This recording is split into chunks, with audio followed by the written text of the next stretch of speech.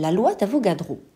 C'est par la très célèbre loi d'Avogadro, établie en 1811, que l'on se souvient de ce conte italien. C'est à elle que l'on doit la mole, l'une des 7 unités du système international. La loi d'Avogadro énonce que le volume d'un gaz est proportionnel au nombre de molécules qu'il contient.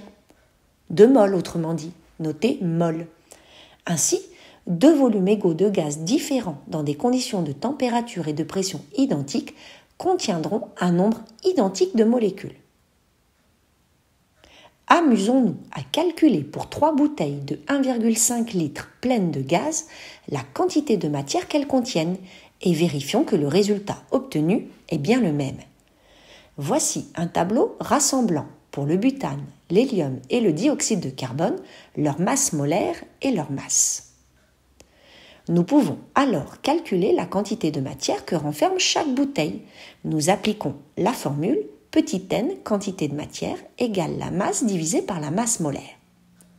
Nous réalisons ces calculs et nous constatons que les résultats sont les mêmes. Cela confirme bien la loi d'Avogadro.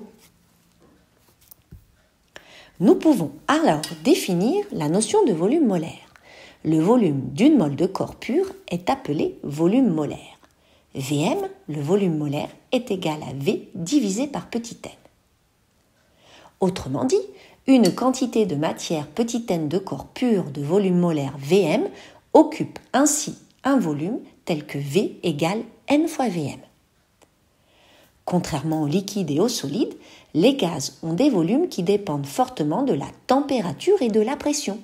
D'après la loi d'Avogadro-Ampère, tous les gaz pris dans les mêmes conditions de température et de pression ont le même volume molaire.